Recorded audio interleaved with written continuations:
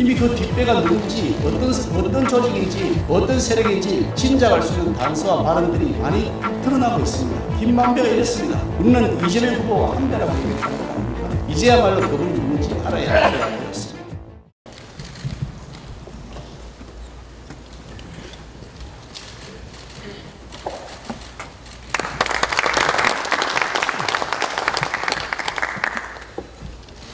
오늘 뉴스를 보셨겠습니다만 울산 선거 공작 사건 드디어 이제 1심 변론을 종결하고 올 11월 무렵에 선고할 것이라는 기사가 났습니다.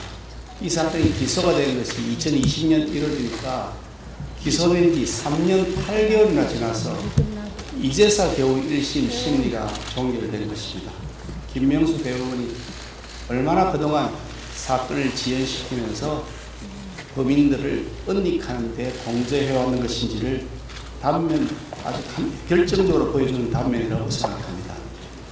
송철호 전 울산시장에 대해서는 징역 6년, 황운하 국회의원에 대해서는 징역 5년을 구형하고 다른 사람들도 다 징역을 구형했다는 기사를 봤습니다만 이 사건은 반드시 사필 규정으로 진실을 낱낱이 밝혀서 국민들에게 알려드려야 다시는 이와 같은 일이 생기지 않을 것이라고 하는 확신을 가지고 있습니다. 아울러서 이 사건 중에서 일부가 지방검찰 측에서 무혐의 처리됐던 것이 있습니다. 그런데 그 무혐의 처분을 할 때 그 무혐의 처분한 것이 문재인 정권 시절의 처분인데 그때 그 무혐의 처분을 하면서 무혐의 결정문에 범행에 대한 강한 의심이 드는 것은 사실이다라고 적시했을 정도로 이 사건은 아직도 수사되지 않고 남아있는 곳이 있습니다. 그것이 그에 대해서 작년 2021년 4월 달에 항고 사건이 접수되어 있고 서울고검에 그 사건이 계류가 되어 있는데 서울고검이 하루빨리 이 사건에 대해서 재수사를 해서 더 이상 정의가 지연되는 일이 없도록 해야 할 것임을 다시 한번 강조합니다. 울산 선거공작 사건은 말 것도 없고 그 이전에 잘 아시는 것처럼 김대엽을 통한 병풍 선거 공작 사건도 있었고 또 드루킹 선거 공작 사건도 있었습니다. 서울시장 선거 때는 생태 땅으로 선거 공작 사건을 벌였던 것도 잘 기억하고 계실 겁니다. 선거 공작에 아주 달인이 된 많은 전문가 그룹들이 꾼들이 여기에 개입해서 앞으로 지금까지도 그랬지만 앞으로도 그렇게 할 가능성이 매우 높다는 증거라고 저는 생각합니다.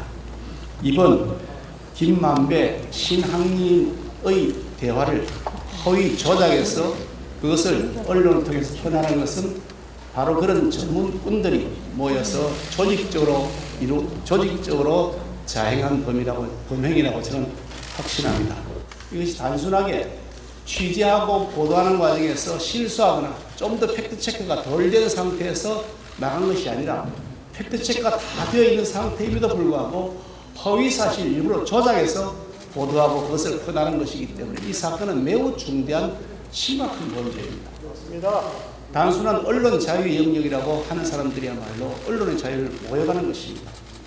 현장에서 많은 일선 기자들이 치열하게 팩트체크를 위해 노력하고 있습니다. 최대한 사실을 확인하고 그에 기초해서 합리적 의심을 가진 상태에서만 보도를 하는 것인데 이것은 합리적 의심이 아예 없습니다. 그런 사실이 없다는 것이 확인된 것입니다. 그런데 그런 사실이 있다고 보도하는데 그걸 언론 자유라고 얘기한다 그러면 언론의 자유는 조작할 자유를 얘기하는 것입니까? 그건 있을 수가 없는 것입니다. 수많은 정상 언론인들이 현장에 치열하게 취재하고 팩트체크를 위해 노력하고 있습니다. 그런 다음에 고민하면서 언론을 통해서 보도를 하고 있습니다. 그 많은 절대 다수의 언론인들을 도매금으로 넘기면서 조작이나 해야 되는 사람들을 언론인으로 만약 치부시킨다 그러면 이것은 용납할 수 없는 일이 아닌가 하는 것이 제가 가지고 있는 확신입니다. 그래서 이 사건은 단순하게 가짜뉴스, 허위뉴스 보도 사건이나 과실에 의한 사건이 아니라 매우 치밀하게 계획되고 있는 아주 고의적이고 악질적인 범죄다라는 생각을 가지고 있습니다. 문제는 그런데 이 사건이 단순하게 개인적인 문제가 아니라 국가의 대통령을 선택하는 문제에서 국민을 속였다는 것이 매우 심각한 문제입니다. 이렇게 대범하고 난폭한 국기문란 범죄에 혼자서 리스크 안고 관리하겠습니까? 분명히 뒷배가 있는 그게 우리의 상식 아니겠습니까? 어떤 조직인지 어떤 세력인지 잘 짐작할 수 있는 단서와 발언들이 많이 드러나고 있습니다. 김만배가 이랬습니다. 우리는 이재명 후보가 한 배라고 얘기했다는 거 아닙니까? 이재명 후보가 살아야 우리가 산다. 이게 김만배가 했다는 얘기입니다. 또 김만배가 주변 사람들 입단속하면서 이렇게 얘기했답니다. 잘 견뎌라. 이재명 후보가 대통령이 되면 나갈 수 있다. 이렇게 했다는 정황까지 드러났다는 보도가 있지 않습니까?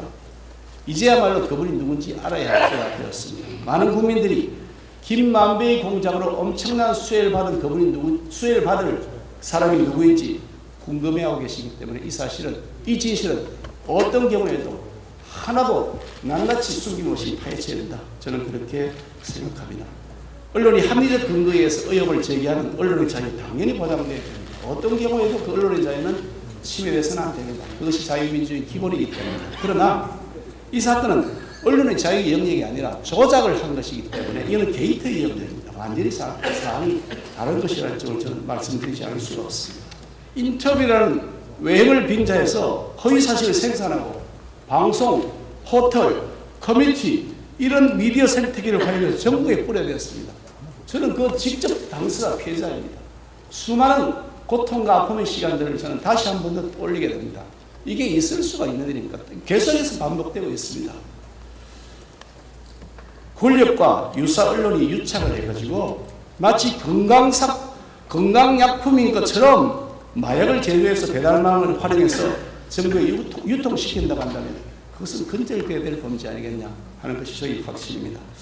어떻든 하여간 이 사건에 대해서 민주당이 지금 김만배 신학님의 개인 일탈이라고 하는 프레임으로 논점을 흐리려 하고 언론 자유라고 하는 영역으로 언론 노조를 포함한 세력들이 흐리려 하고 있지만 그 사람들의 그런 궤변에 저는 눈도 깜짝해야 될 필요가 없다고 생각합니다. 진실을 밝혀야 될 책임이 역사적 책임이 저는 있다고 믿기 때문입니다. 그런 면에서 오늘 그 사안에 대해서 우리 의총을 통해서 의견들을 잘 수렴했으면 좋겠고 이 사안의 진실이 밝힐 때까지 우리 힘을 다 같이 모아 나갔으면 좋겠습니다. 고맙습니다. 다음 순서는 비공개로 진행하겠습니다.